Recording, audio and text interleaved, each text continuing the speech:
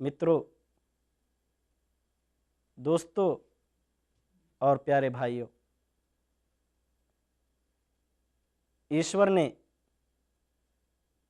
इस संसार के अंदर अपने नियम और रूल को बतलाने के लिए जिस तरह मनुष्य की शक्ल में संदेष्टाओं को भेजा,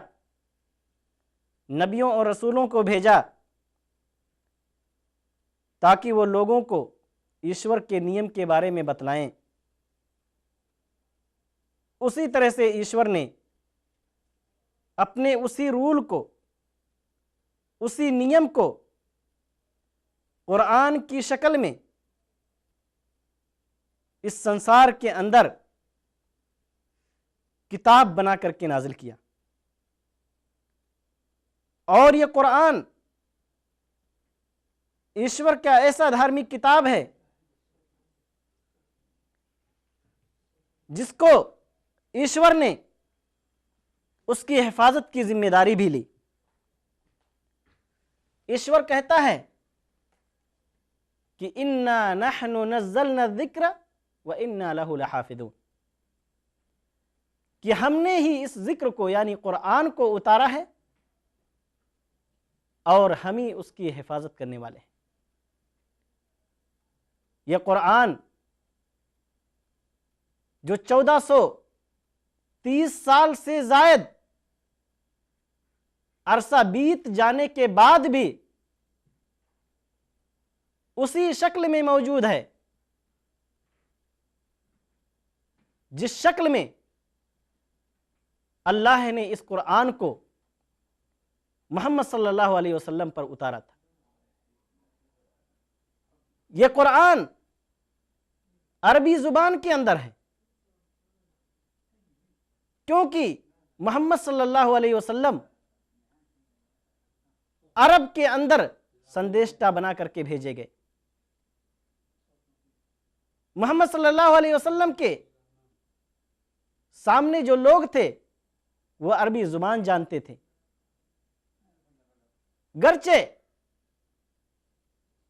ईश्वर ने मोहम्मद सल्लल्लाहु अलैहि वसल्लम को पूरे संसार के लोगों के लिए संदेष्टा बना करके भेजा। उस वक्त अरब के अंदर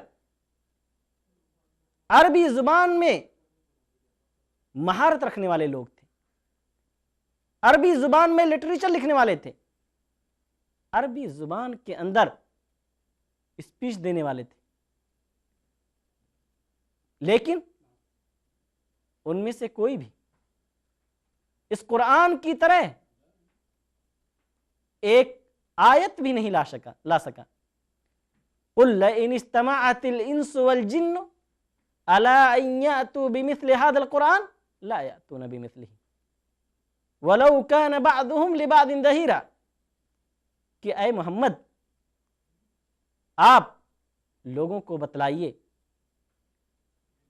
लोगों को कहिए कि अगर तमाम मनुष्य, तमाम जिन्नात मिलकर के भी चाहें कि इस कुरान की तरह से कोई किताब ले आए तो नहीं ला सकते। वलौ कान बअदुहुम लिबादिन ज़हीरा, अगरचे बास का हेल्प करें, सारे लोग मिलकर के लाना चाहें फिर भी नहीं ला सकते।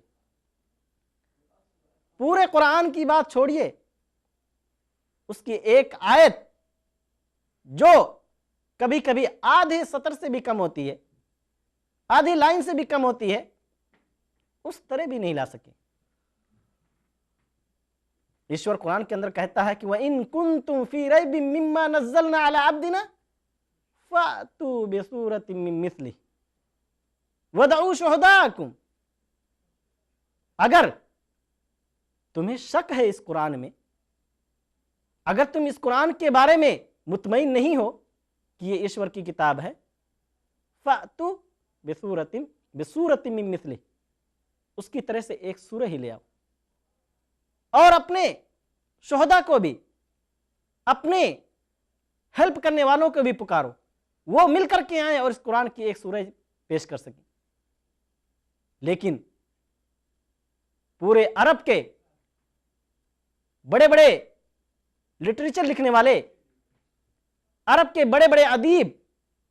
जिनको अरबी जुबान के अंदर महारत थी, और पूरी दुनिया के अंदर मोहम्मद सल्लल्लाहु अलैहि वसल्लम के जमाने में भी और आज तक और क़यामत तक इस कुरान की तरह कोई भी व्यक्ति कोई किताब नहीं लिख सकता, क्योंकि ईश्वर जिसने इस संसार को बनाया, ईश्वर जिसने हम मनुष्य को बनाया, ईश्वर जो हमारे बारे में सारी मालूमात रखता है, वही बेहतर जानता है कि हमारे लिए कौन सा रूल और कौन सा नियम पेश करें। उस कुरान के अंदर आज तक 1430 साल गुजरने के बाद भी उसके अंदर एक मात्रे की भी, जेर जबर और पेश की भी का भी फर्क नहीं आया। जिस तरह कुरान उस वक्त था उसी तरह कुरान आज भी है और क़यामत तक रहेगा, क्योंकि ईश्वर ने इसकी हिफाजत की जिम्मेदारी ली। लेकिन दुनिया के किसी भी धार्मिक किताब को देखिए, चाहे वो बाइबल और तौरात ही क्यों ना हो, चाहे दूसरे और धर्मों की अपनी धार्मिक किताबें क्यों ना हो, एक कंट्री के अंदर उसकी शक्ल कुछ और होती है, दूसरी कंट्री में वही धार्मिक किताब के बहुत सारी चीजें बदल जाती हैं। बल्कि एक कंट्री से दूसरी कंट्री के बजाय एक ही कंट्री के अंदर अगर कोई धार्मिक किताब किसी प्रेस से छपती है तो उसी धार्मिक किताब को दूसरे प्रेस से अगर छापा जाता है तो उसके अंदर कमी हो जाती है, उसके अंदर कमी और ज्यादती कर दी जाती है, उसके अंदर कुछ चीजें इजाफा बढ़ा दिया जाता है और उसके अंदर से कुछ चीजों को निकाल दिया जाता है। क्यों?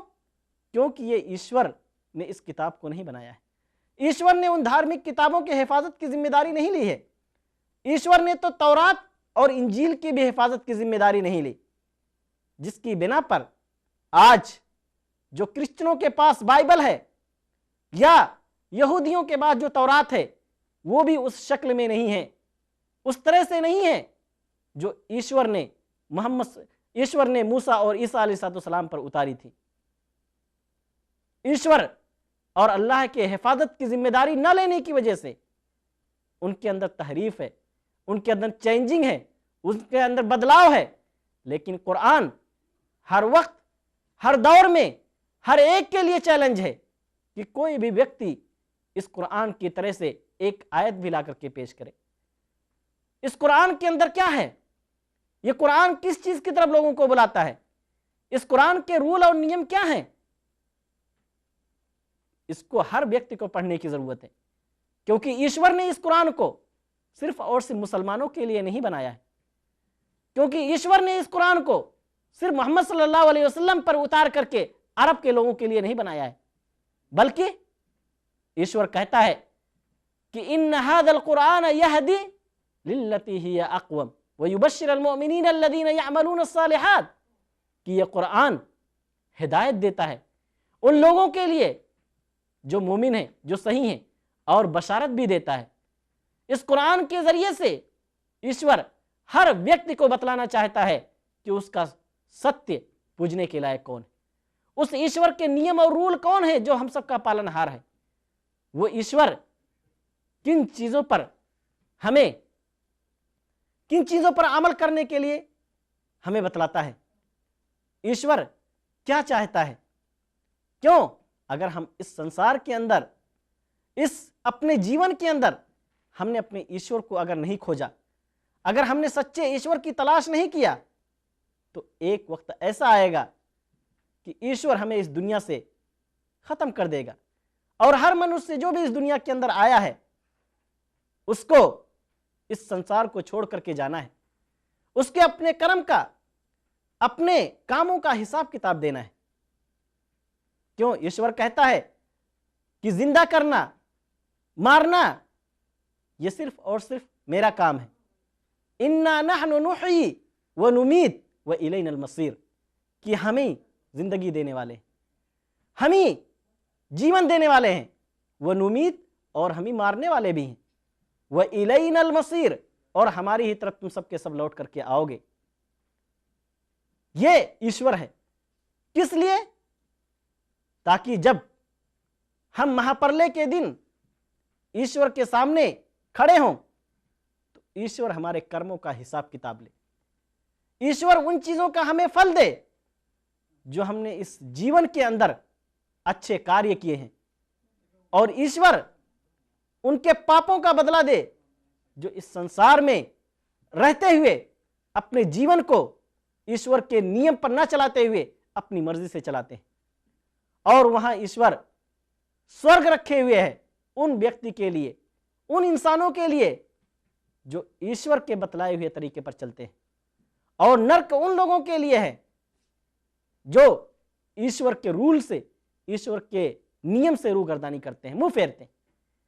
फमन यअमल मिस्काल दर्रतिन खैरन यरह व मन यअमल मिस्काल दर्रतिन शर्रन यरह, कि जो भी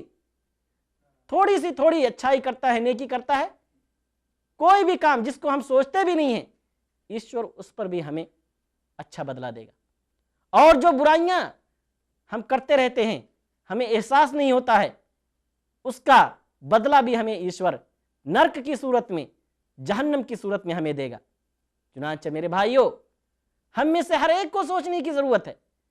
चाहे वो दुनिया के इस संसार के किसी भी कोने का हो, चाहे वो इस संसार में किसी भी धर्म का मानने वाला हो, चाहे वो शख्स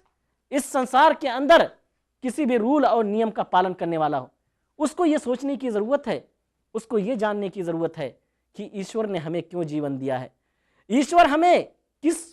रूल और नियम पर पालन करने का हुक्म देता है, ईश्वर ने हमें ये चांस क्यों दिया है, ईश्वर ने हमें ये हाथ पांव, ये आंख क्यों दिए हैं, ईश्वर ने हमारे ऊपर इतना सारा उपकार क्यों किया है। इन सब चीजों के बारे में हर इंसान को, हर मनुष्य को सोचने की जरूरत है। कहीं ऐसा ना हो मेरे भाइयों कि ये जीवन खत्म हो जाए और हमें अपने ईश्वर के बारे में पता भी ना हो, ये जीवन खत्म हो जाए लेकिन हमें उस ईश्वर के नियम के बारे में खबर ना हो, ये जीवन खत्म हो जाए लेकिन